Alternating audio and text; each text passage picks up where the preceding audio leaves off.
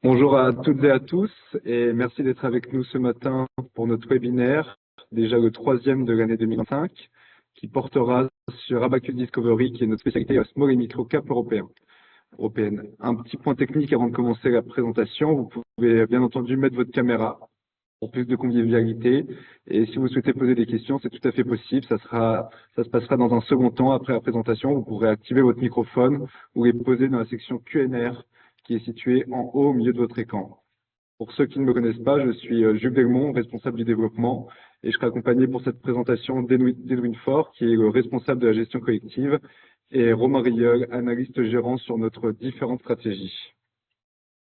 Pour vous donner un peu un fil conducteur de la présentation, je vais revenir rapidement sur la société et nos différentes expertises, avant de laisser la parole à Edwin qui vous partagera notre lecture du marché Small et Micro Cap, et qui reviendra sur le troisième trimestre et plus globalement le début de l'année de notre stratégie Abacus Discovery.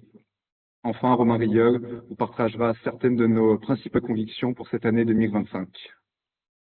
Alors, Philippe Autain Gestion, en quelques mots, c'est une société qui a été créée en 2011, qui a deux expertises, une partie gestion privée, mais aussi une partie gestion collective. Nous sommes 15 collaborateurs, investis personnellement dans nos différentes stratégies, ce qui montre l'accord d'intérêt entre les porteurs des différents fonds, mais aussi les salariés. Et nous avons la particularité d'être 100% indépendants.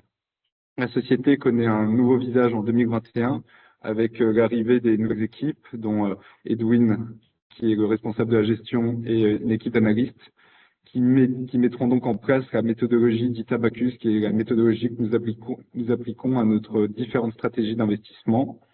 Nous appliquons donc cette méthodologie à 3 fonds ouverts.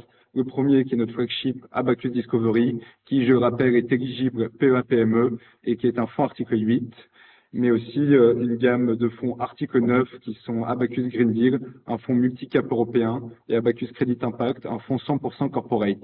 Si jamais vous avez des questions sur ces différentes stratégies, je serais ravi de fixer un rendez-vous pour échanger en détail sur nos différents fonds. Chez Philippe Autain Gestion, nous appliquons aussi différents fonds dédiés qui sont modulables en fonction des besoins des personnes avec qui nous travaillons. Un dernier point assez important sur la société, c'est notre engagement responsable, que ce soit aussi bien au sein de la structure, mais de notre méthodologie de gestion. Nous avons d'ailleurs développé un outil propriétaire, un modèle propriétaire qui nous permet une analyse assez poussée des sociétés que nous avons dans notre fonds d'investissement, dans nos différentes stratégies, mais aussi dans nos univers. Une analyse donc extra-financière, une analyse ESG. Voilà en quelques mots la société, Philippe Autain Gestion. J'ai maintenant laissé le plaisir à Edwin de vous partager notre lecture du marché et de vous présenter les performances depuis ce début d'année qui sont à ma foi assez satisfaisantes. Edwin. Merci Jules pour cette introduction. On va vous parler un peu du contexte porteur des small caps, la méthodologie et après du fond une dernière conviction que Romain aura la chance de présenter. Ce sera peut-être un peu répétitif pour ceux qui connaissent bien les small caps, mais pourquoi investir dans les small caps? C'est structurellement un marché qui surperforme les large caps sur des durées très longues en Europe. Et pour la simple et bonne raison, il y en a plusieurs même, c'est que ces entreprises sont plutôt en plus forte croissance que les large caps, sur un cycle de maturité plus early stage, donc elles te donnent plus de croissance des PPA. Il y a un meilleur aussi alignement des intérêts sur les small caps, puisque souvent les dirigeants sont souvent les actionnaires majoritaires, que ce soit des entreprises familiales ou des entrepreneurs, par rapport aux large caps. Elles sont souvent mal suivies par les analystes, sell-side, puisque depuis MiFID 2 et depuis pas mal d'années, c'est vraiment un investissement qui a été peu investi par le sell-side. Et donc, ça permet de créer des inefficiences de marché et donc des bonnes performances. Et il y a aussi beaucoup plus d'OPA sur les small caps que sur les large caps. Pour la simple raison que c'est plus facile de racheter une entreprise qui fait 100 millions de market cap plutôt qu'une entreprise qui fait 50 milliards. Récemment, donc on parle de la surperformance des small caps sur la durée. Récemment, on a pu constater une sous-performance des small caps depuis 4 ans. La principale raison, c'est les incertitudes macroéconomiques, la remontée des taux, les tensions géopolitiques, les conflits mondiaux. Et donc, dans ces sentiments d'incertitude, les gens décident plutôt d'allouer leur investissement plutôt vers les large caps ou vers de l'obligataire.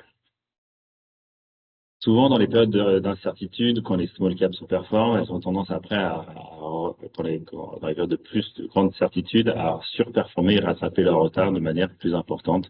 Et c'est ce qu'on pense qui va arriver dans les prochains trimestres à venir. La sous-performance est assez forte, puisque sur 4 ans, il y a un potentiel de rattrapage d'un peu plus entre 50 et 60% donc, par rapport au large cap.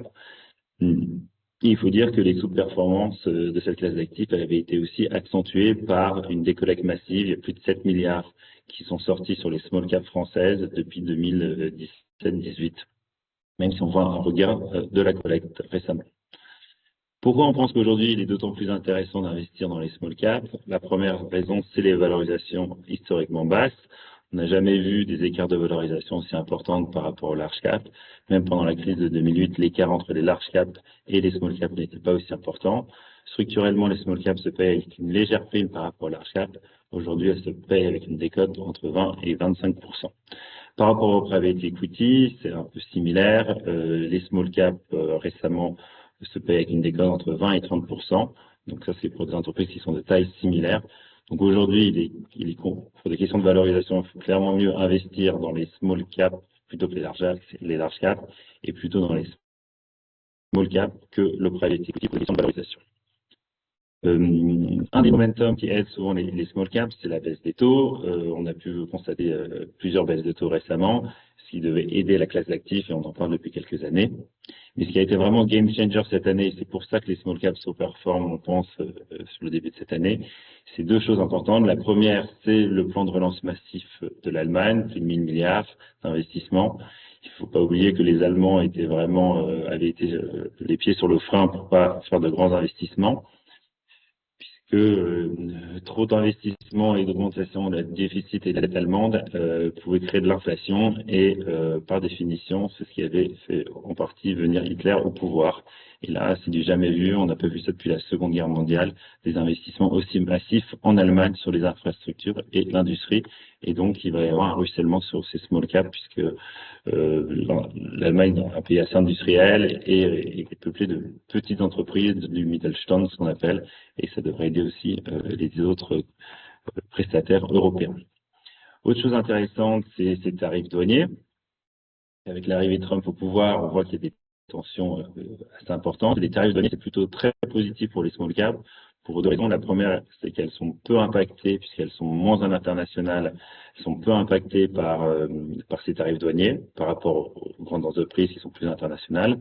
Et deux, quand vous mettez des tarifs douaniers, mécaniquement, vous protégez plus votre pays de l'extérieur, et donc il y a moins de concurrence sur leur territoire.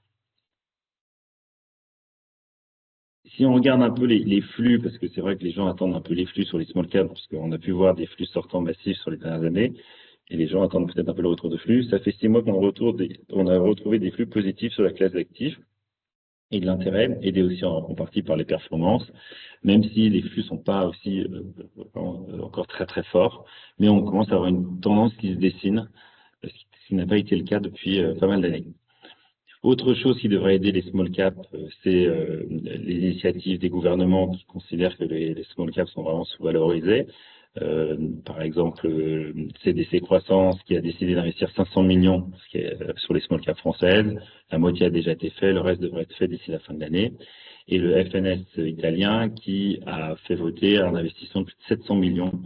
Donc ça va être encore plus fort sur les small caps italiennes d'ici le début de l'année. Voilà, donc aujourd'hui, vraiment, on pense que pour des questions de valorisation, de rattrapage et de momentum, on a vraiment un bon alignement pour investir sur les small caps européennes.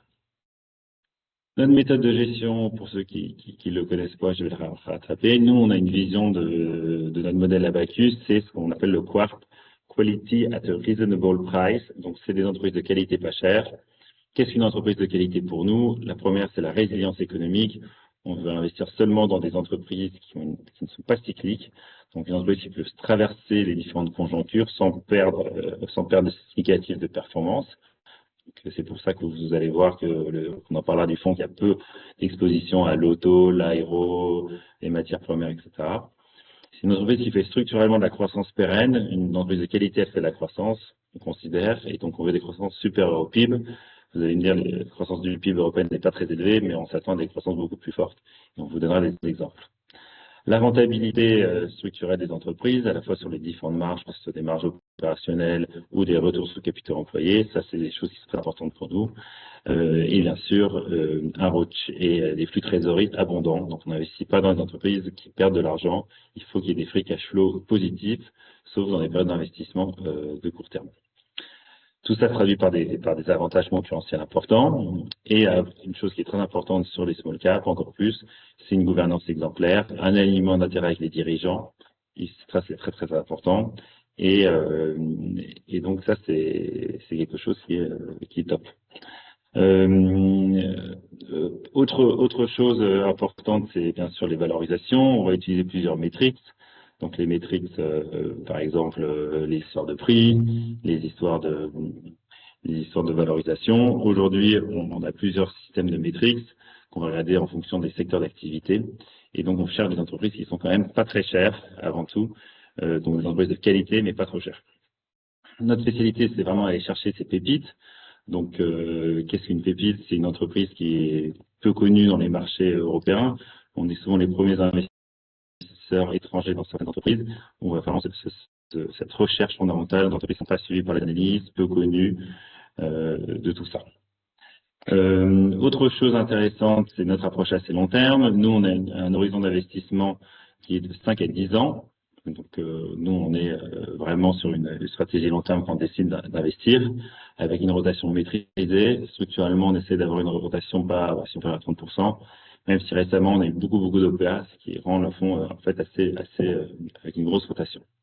Le dialogue avec les dirigeants est important. Depuis MiFID II, on a vraiment une recherche sell-side qui s'est dégradée. Et donc, finalement, ça ressemble un peu au private equity. On fait nos modèles, on parle avec les dirigeants.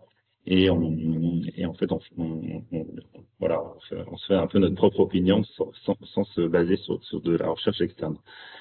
Ce qui est très important pour nous, c'est l'indépendance du benchmark. On a la chance d'être une entreprise indépendante. Donc, on ne va pas coller ce qu'on appelle les Anglais kissing index. Donc, on a des biais très forts sur des pays, sur des industries, sur des market cap. Et on pense que c'est ça le futur de la gestion active. C'est vraiment de pas être proche des indices, c'est justement s'en détourner pour permettre des meilleures performances. Les risques, c'est quelque chose d'important. On veut une sorte de solidité financière. On parlera du cash net des entreprises qui est assez importante. On n'aime pas les entreprises trop endettées. On veut une certaine visibilité des résultats pour pouvoir les prévenir pour que nos modèles soient plus efficients. Et on n'aime pas trop les entreprises qui sont sur des risques technologiques ou de restrictions réglementaires structurelles. L'ESG, Jules en a parlé au début, donc c'est vrai que l'ESG c'est quelque chose d'important pour nous. On a un modèle propriétaire qui nous permet aussi de trouver des opportunités d'investissement. Notre fonds Abacus Discovery qu'on a repris en mi-2021, on a un petit graphe qui nous permet de voir un peu la performance. Donc depuis que la reprise, le fonds a pris à peu près 50%. Contre sont les deux indices de référence, le MSCI Microcap qui a fait 5% et l'Eurostoxx Small qui a fait à peu près 30%. Donc le fonds surperforme ces différents indices de référence avec une volatilité plus faible. Et pourquoi elle est plus faible? Parce que c'est la conséquence de ce stock picking des entreprises de qualité et qui permet une bonne visibilité. Et le ratio de Sharpe est de 1,26 sur 3 ans, ce qui est assez bon. La performance a aussi été aidée par les OPA, puisque depuis 2021, il y a eu 17 OPA dans le portefeuille, ce qui est assez important, et ce qui prouve bien que ces entreprises sont clairement sous-valorisées. Les biais, on en parlait un petit peu en introduction, les biais sont très importants chez nous. On est peut-être un des fonds les plus investis dans l'Europe du Sud, en Italie, en Espagne, en Grèce, qui représentent plus de 50% du portefeuille. C'est des zones qui ont le plus fort potentiel pour nous, pour plusieurs raisons. La première, c'est que si vous regardez les marchés européens, structurellement, vous avez dans les pays nordiques, il y a un système de retraite par capitalisation. Les gens sont souvent déteneurs d'actions. Le marché est beaucoup plus efficient. Et donc, vous avez, en fin de compte, moins d'opportunités en termes d'investissement. En tout cas, on trouve de mispricing. C'est logique. En France, il y a à peu près 8% des Français qui ont des actions directes. Et dans les pays nordiques, on est plutôt aux alentours de 15-20. Aux États-Unis, c'est 50%. Et si vous allez dans les pays Italie, Espagne, vous êtes plutôt à 4-5. Ce qui explique cette inefficience structurelle sur le marché européen. Pourtant, c'est des entreprises qui peuvent être concurrentes en Europe. Donc, c'est pour ça qu'on a un biais aujourd'hui comme ça. Bien sûr, si les choses changent, on évolue. Aujourd'hui, on a bien assez fort sur une zone géographique. Autre chose aussi, c'est que ces pays européens, même si on ne fait pas beaucoup de macro, ils ont tendance à avoir des meilleures croissances récemment. On a pu voir que les PIGS, donc les fameux pays qui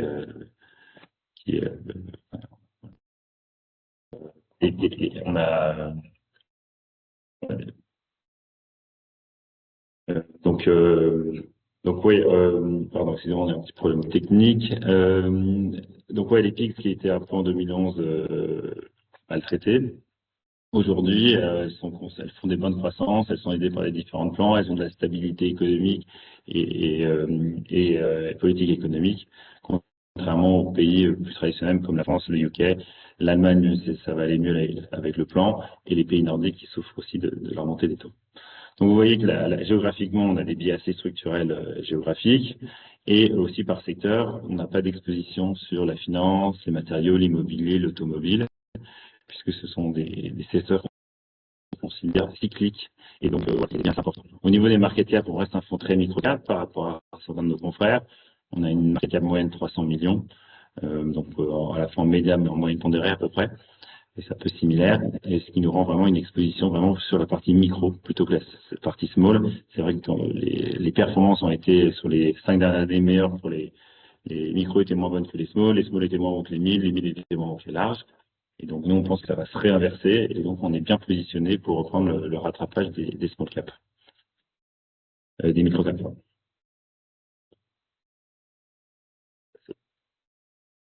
Donc, c'est bien de dire qu'on est des entreprises qui font de la croissance, qui ont des bonnes marges et des valorisations intéressantes. Mais là, on a essayé de vous le démontrer. La première, c'est qu'on a essayé de vous montrer quelles étaient les croissances qu'on attendait sur les valeurs en portefeuille.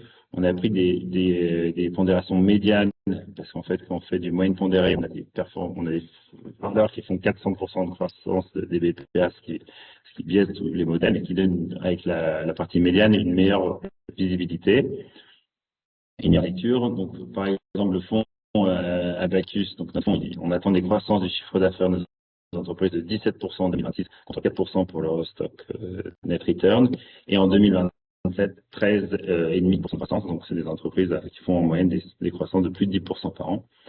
Sur les BPA, parce qu'il y a l'effet de levier important sur ces entreprises, parce qu'elles sont des bonnes marges, on a une croissance de BPA très forte, 26% l'année prochaine en 2026 et 25% en 2027 contre 10% en moyenne pour l'Eurostock Small.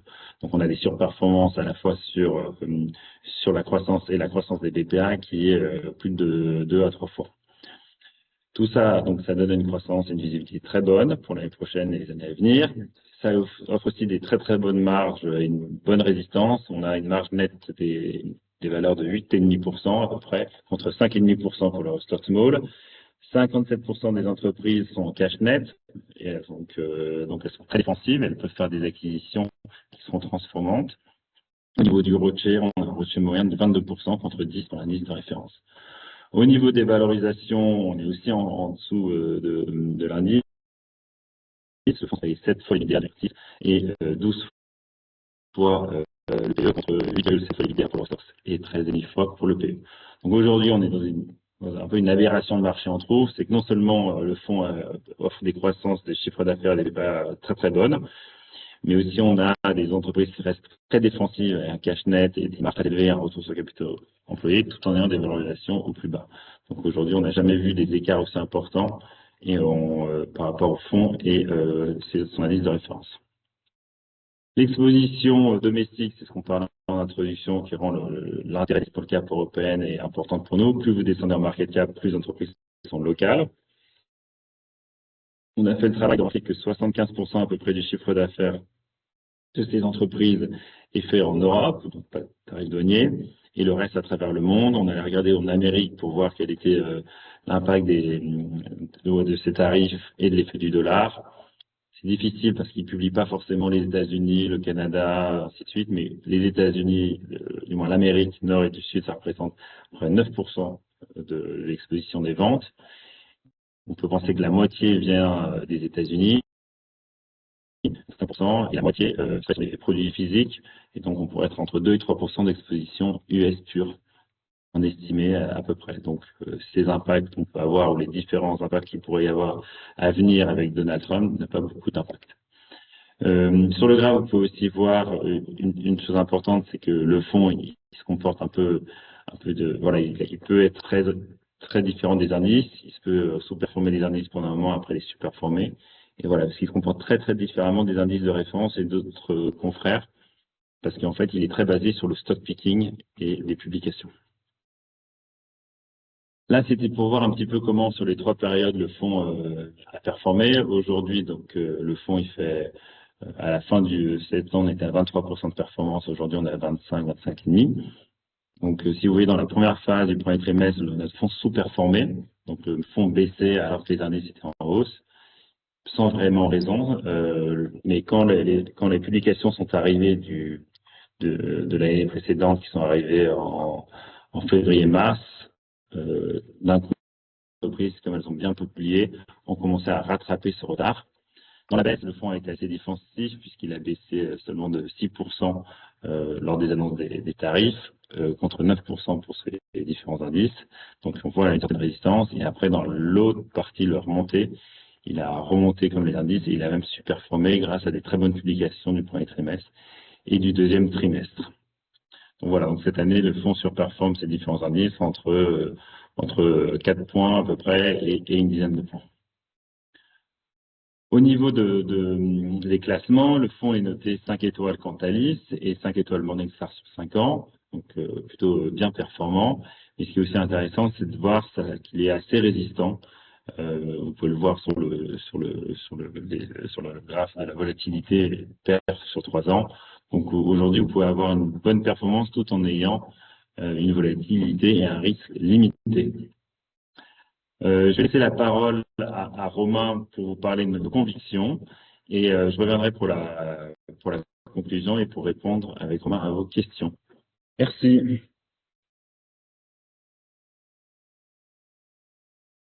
Bonjour à toutes et à tous, donc Romain Gueule, analyste gérant chez Philippe Autain.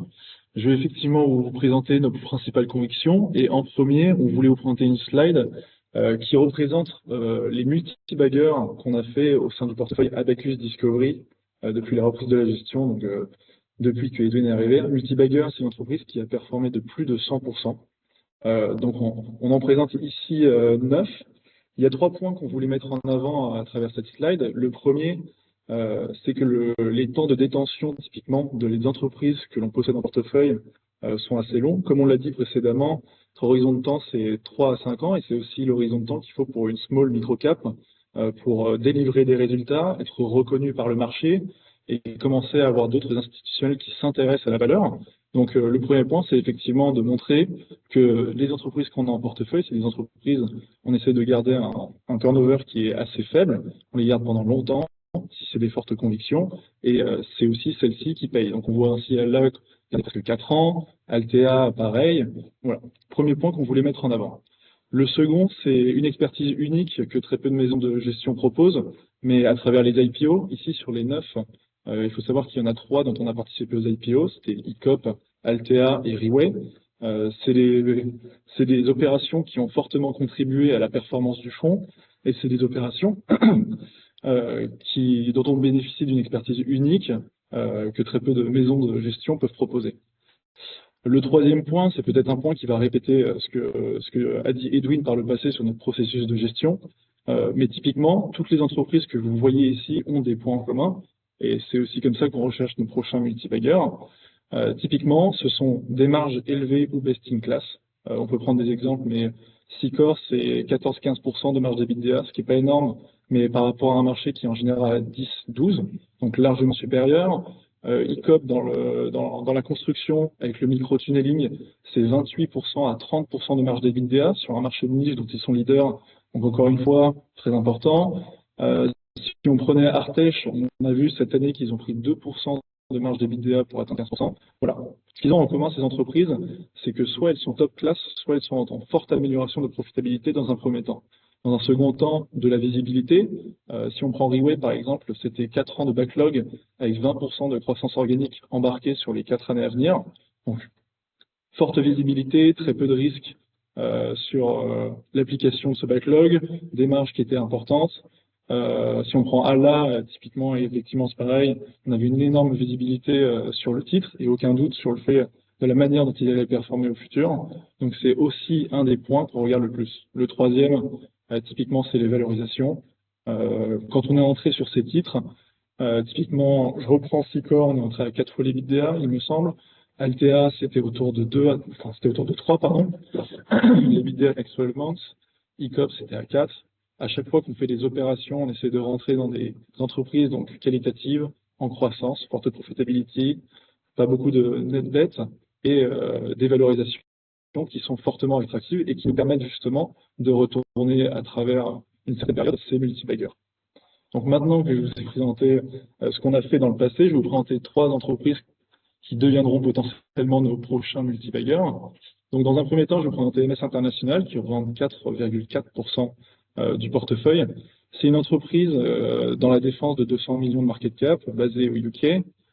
Il a 4 business d'activité, mais 85% de son EBIT est généré par son business dans la défense, et les 3 autres divisions sont en cours de cession, qui apportera en plus du cash à l'entreprise à court et moyen terme.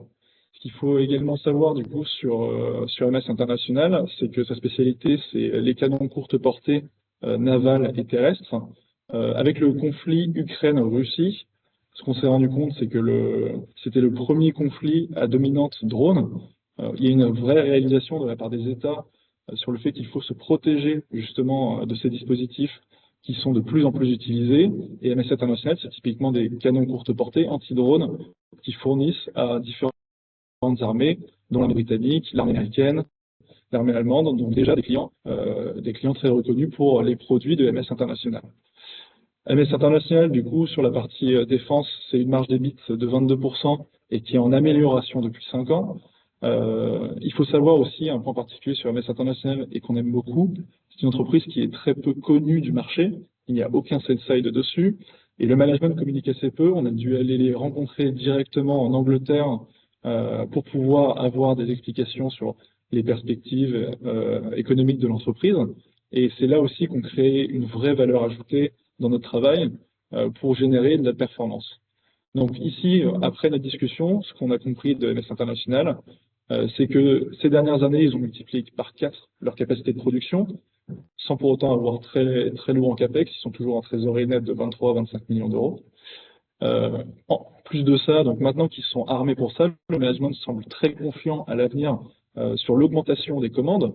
Pour le moment, il reste limité en termes de visibilité sur 2026, mais nous sommes convaincus qu'au vu du contexte macroéconomique et des produits qu'offre MS International, que l'avenir, les contrats vont arriver. Et de plus, on est sur des contrats, il ne faut pas oublier, dans l'armée, qui ont des cycles plutôt longs. Donc c'est normal qu'une fois que la réalisation arrive de la part des États, prenne 1, 2, 3 ans avant que des commandes commencent à arriver.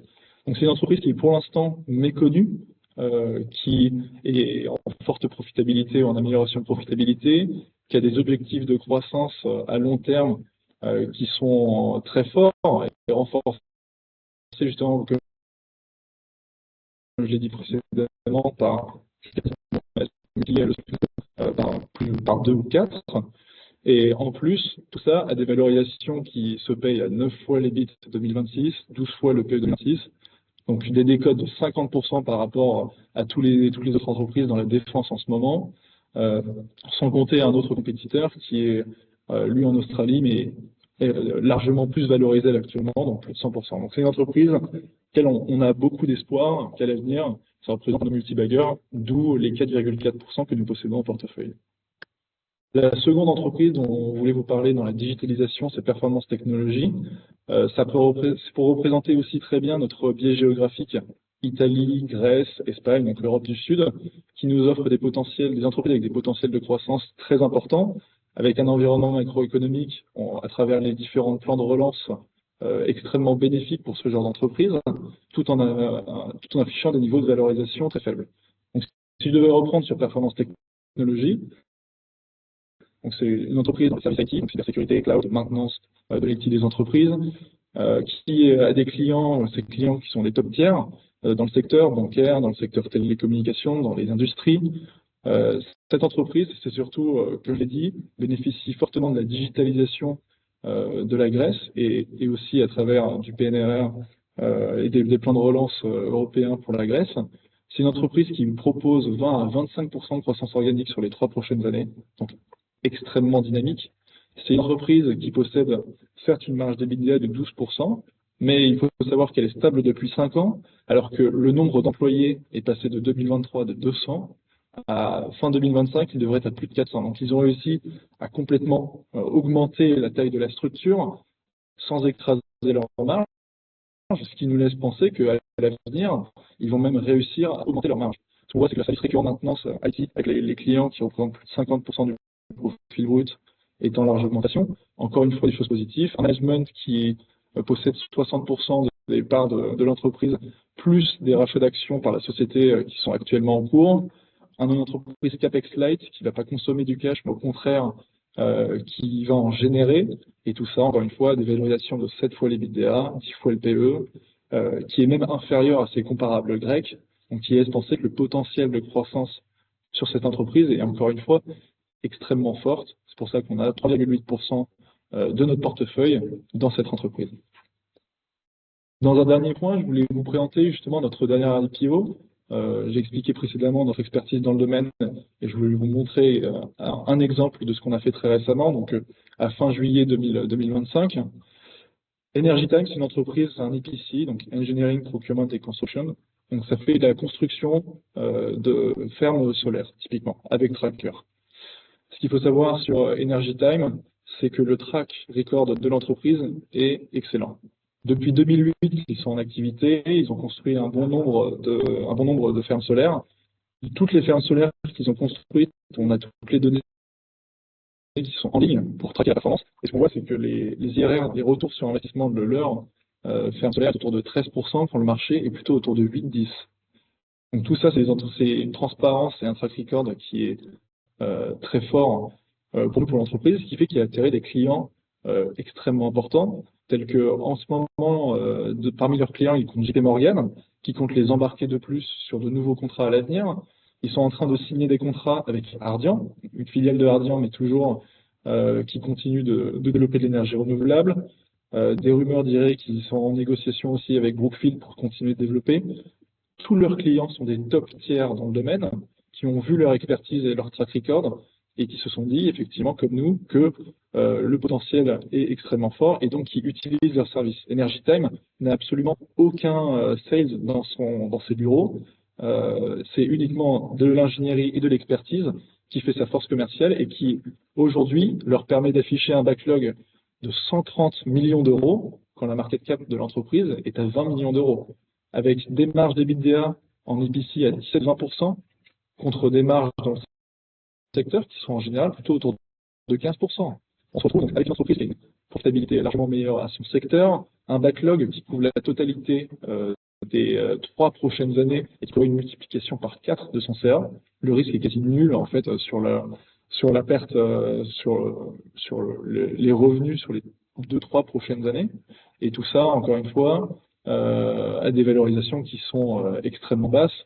Aujourd'hui, pour 2027, ils ont signé 55 millions de CA, ce qui doit faire à peu près 11 millions d'EBITDA. Donc l'entreprise se paye moins de 2 fois l'EBITDA 2027, sans compter la génération de cash de l'entreprise, sachant qu'elle est CAPEX light et qu'elle ne consomme absolument rien, qu'elle ne fait que générer. Tout ça, ça fait que notre opération, on a pu la faire à des valorisations qui étaient particulièrement attractives.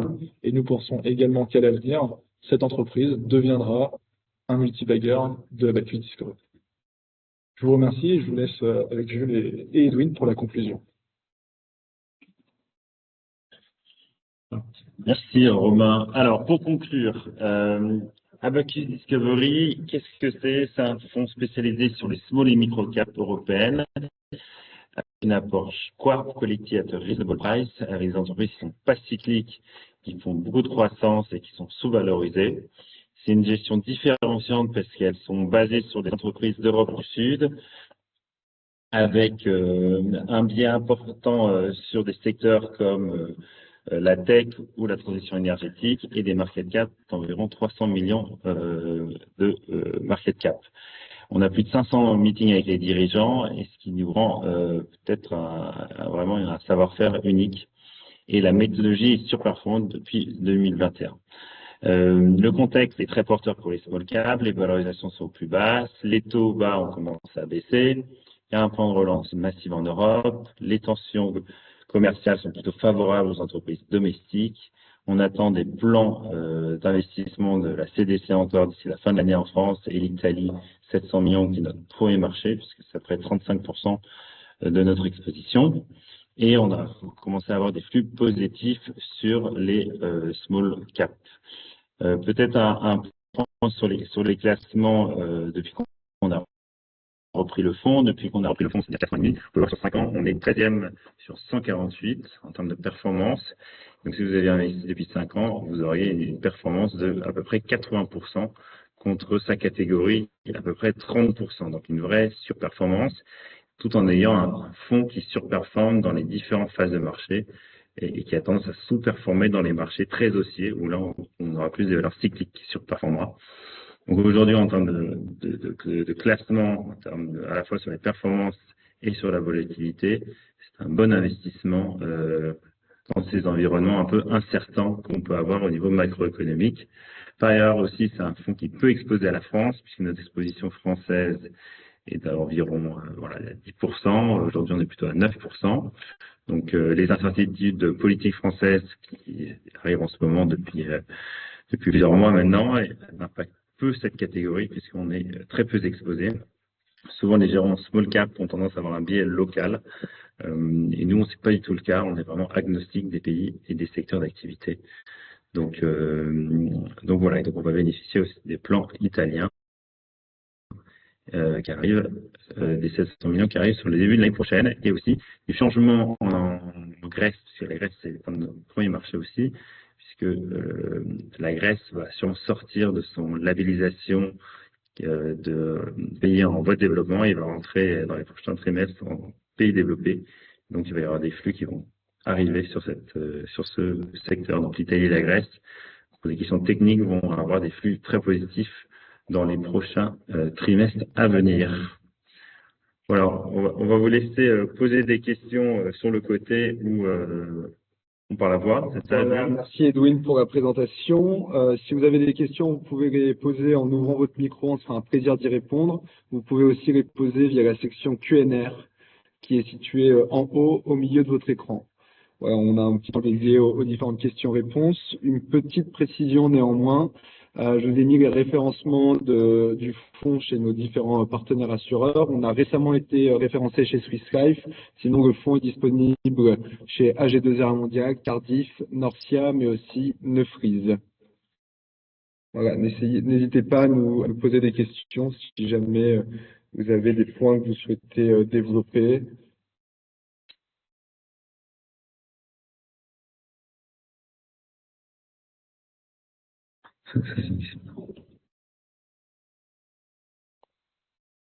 Pour rappel, nous avons aussi une gamme de produits article 9, comme j'ai pu l'annoncer lors de la présentation.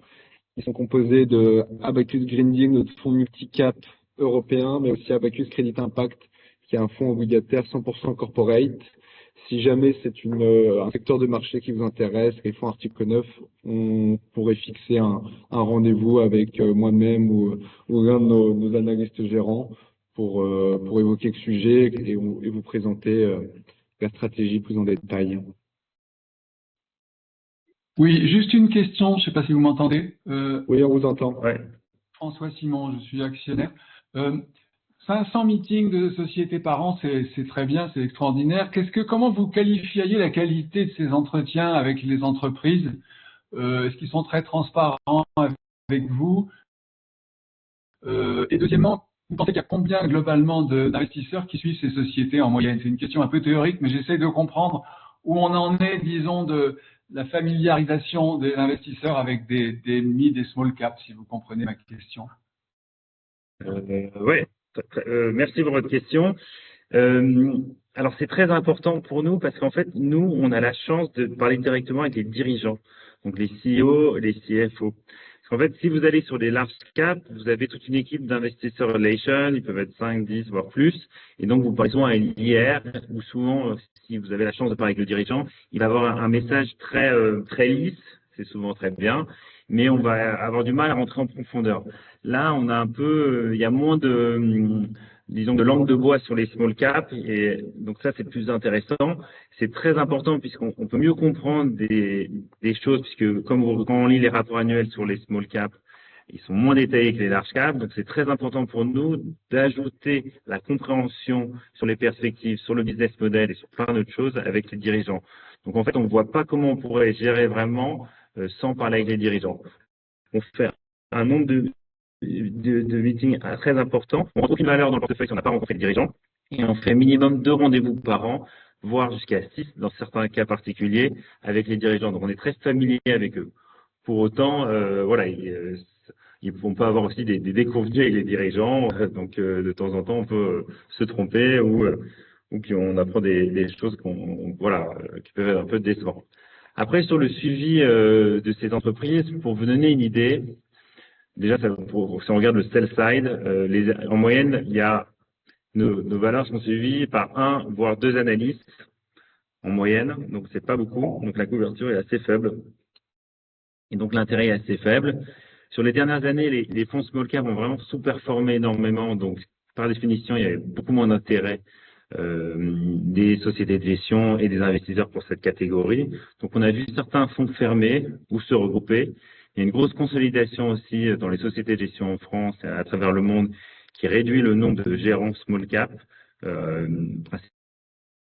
principalement. Deuxième chose, il y a aussi, ça on ne voit pas dans les flux, on ne peut pas le voir en fait sur la collecte. Et dans le passé, les gérants large cap ou mid cap descendaient en market cap pour chercher un petit peu d'alpha. Mais comme sur les dernières années, ça a été contre-productif et même sous-performant, la plupart sont remontés en market cap. Donc les gérants mid et large sont vraiment sont montés à market cap plutôt descendus. Donc ça fait vraiment 4-5 ans qu'il y a eu zéro intérêt à la fois des investisseurs, mais aussi des gérants à actions qui avaient tendance à aller chercher des pépites plus petites. On voit quand même ça s'est beaucoup appauvri donc sur la recherche. Les gérants larges sont partis. On a aussi des étrangers qui sont partis. L'année dernière, on a senti sur les 2-3 dernières années, les Américains sont moins présents sur les calls qu'avant. On sentit qu'il y avait vraiment un investissement important sur leur marché domestique qui était assez performant, ce qui est vrai.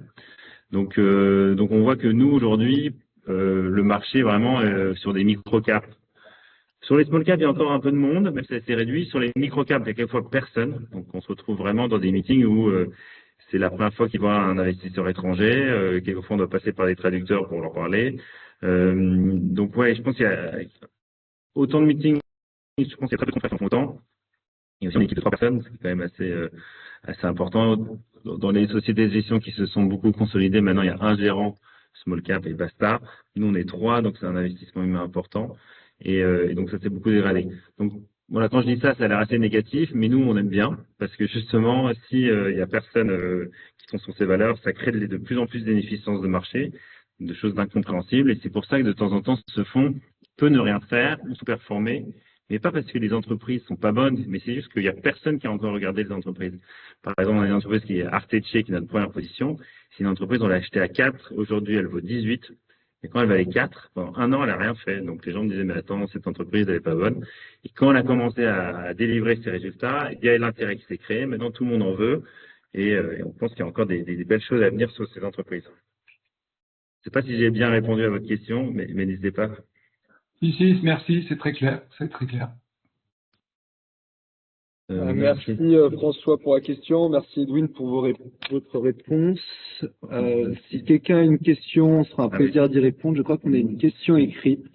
Quel est le nombre de positions en portefeuille actuellement et en moyenne? Comment gérez-vous la liquidité, sachant que 60% du portefeuille sont exposés à des sociétés avec une market cap de 300 millions? Merci.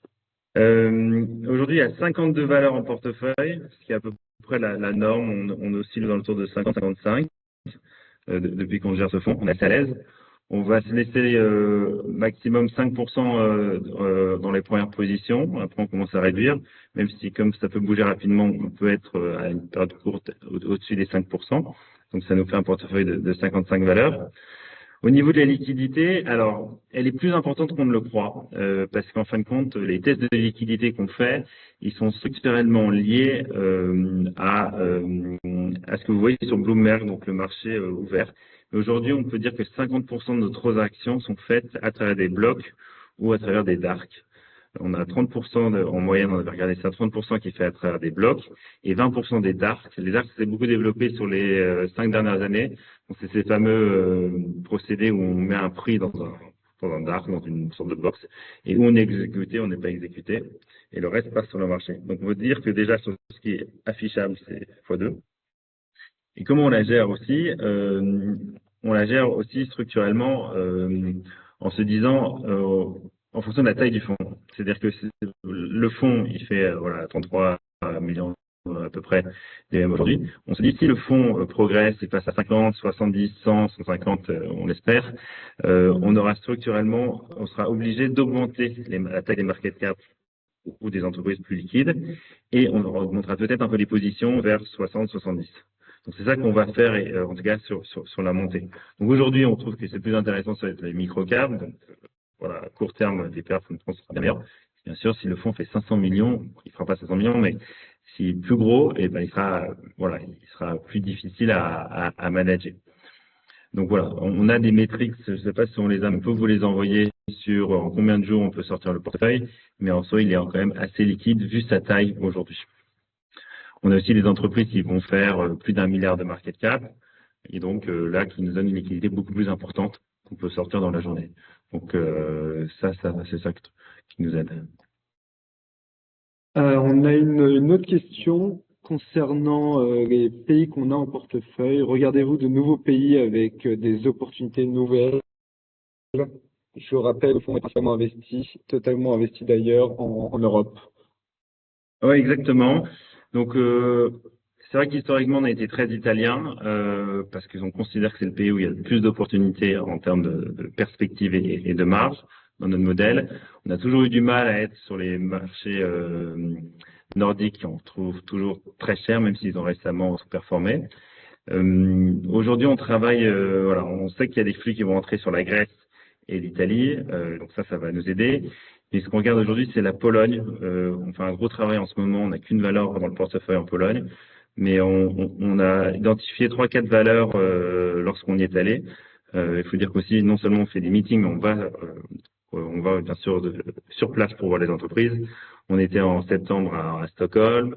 En juin, on était en Grèce. En juillet, on était en Pologne. On va en Italie en octobre. Donc, on va vraiment visiter ces usines et ces entreprises et ces dirigeants. Mais voilà, la Pologne, c'est vraiment un marché qu'on est en train de travailler de fond en comble, de bien comprendre les acteurs, et on a même, ça a pas mal performé. C'est un marché qui est un peu plus en croissance que les autres pays et qui offre vraiment quelques pépites. Le fonds Abacus Discovery dispose de 2 parts, une part I et une part R. Nous avons une question sur ces différentes parts. Leurs différences sont donc les frais de gestion. La part institutionnelle a des frais de gestion de 1,40%. Pour la part R, c'est 2,25%. La part R est référencée chez la totalité des assureurs que j'ai énumérés, qui sont AG2R, Cardiff, Neufrise, Norcia et Swiss Life. La part I est vous pouvez y souscrire en assurance vie luxembourgeoise ou dans un mandat de gestion. Et celle-ci n'a pas de minimum, enfin si, qui est de 1 000 € seulement pour y souscrire. Voilà, la part I, c'est une part le minimum, et la part aujourd'hui est de 3 600 € à peu près. Et la part R, c'est aussi une part qui doit être de 300 € à peu près. On a une autre question.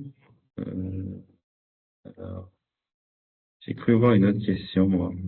Alors, peut-être dans les conversations. Regarde dans la conversation, ouais, j'ai vu quelque chose. Pardon, c'est encore François Simon, désolé. Est-ce qu'on va avoir les slides? C'est possible? Oui, oui. on va vous envoyer. Excusez un peu à des gens que ça pourrait intéresser. Je trouve ça très intéressant, honnêtement. Ouais, parfait. J'ai cru voir une question. Je vous ferai bien sûr suivre les slides à la fin de la réunion, et le replay de la présentation sera disponible sur notre site internet et notre page YouTube. Ouais, on va tout vous envoyer. Voilà, si vous avez d'autres questions, j'ai cru voir, je suis devenu fou, une autre question. Et si c'est... Ah, monte là-haut. Ah, voilà. Alors, nous venons d'avoir une question à l'instant. Avez-vous un impact activiste sur certaines des sociétés microcap que on a, j'imagine, en portefeuille ou dans notre coverage? C'est une bonne question. Alors, on n'est pas activiste. Du moins, c'est vrai qu'on parle fréquemment avec ces entreprises, donc souvent on échange et de temps en temps ils nous demandent ce qu'on pense, etc.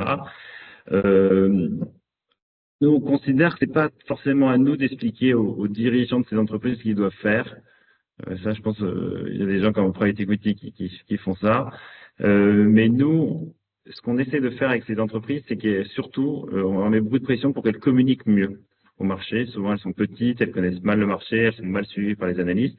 Et on sait qu'une bonne entreprise, si elle commence à améliorer sa communication, à la fois sur des critères financiers ou extra-financiers, ça lui permet de faire rentrer, en fin de compte, des nouveaux investisseurs qui sont sensibles à ces choses-là.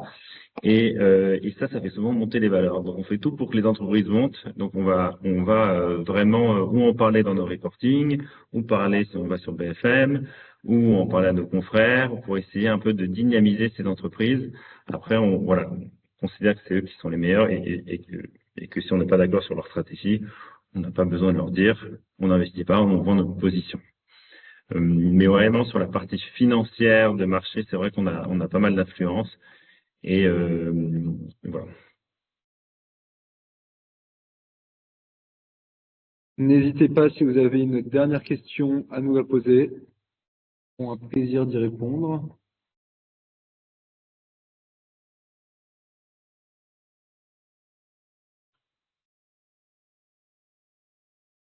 Alors, nous avons fait le tour des différentes questions. Je vous ferai bien entendu suivre la présentation par mail. Et si vous avez des questions, vous pouvez nous contacter, que ce soit moi ou Edwin Faure. Vous avez notre contact sous les yeux.